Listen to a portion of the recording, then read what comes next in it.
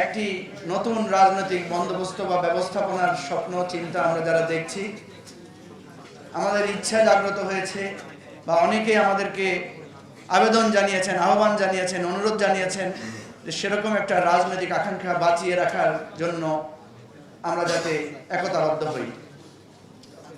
একটি কঠিন সংগ্রামের মধ্য দিয়ে আকস্মিকভাবে এত বড় একটি সংগ্রামের পর রাষ্ট্রটাকে আমরা যেভাবে চেয়েছিলাম, আপনারা জানেন নানা কারণে আমাদের চিন্তা আশা এগুলো ভঙ্গ হয়েছে।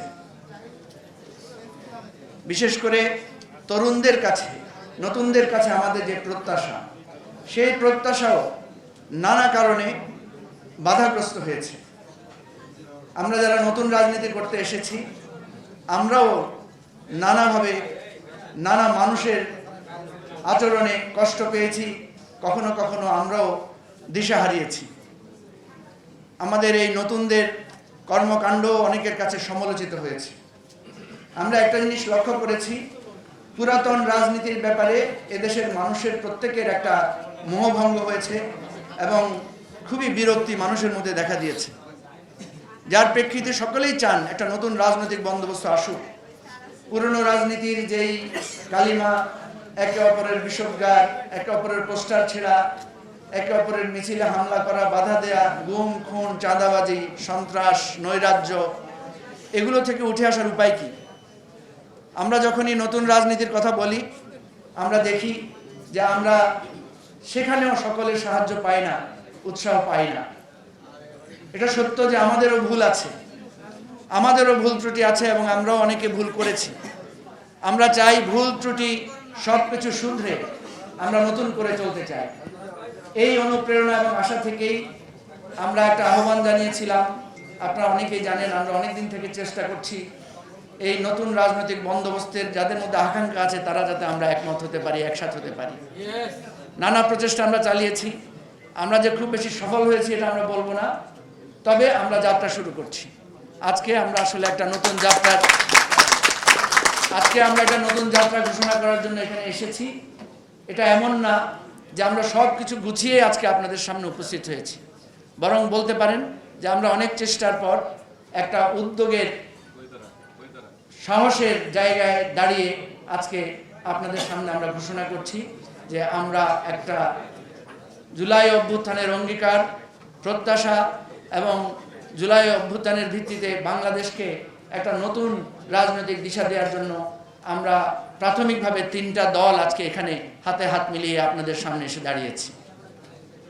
এবং এখান থেকে আমরা আহ্বান করছি সকলকে, যারা এই নতুন রাজনীতির সূচনা করতে চান। আমি একটা কথা আপনাদেরকে বলি, পুরানো রাজনীতি দিয়ে কিন্তু পুরানো রাজনীতির ফ্যাসিবাদকে দমন করা যায় নাই, পরাজিত করা যায় নাই।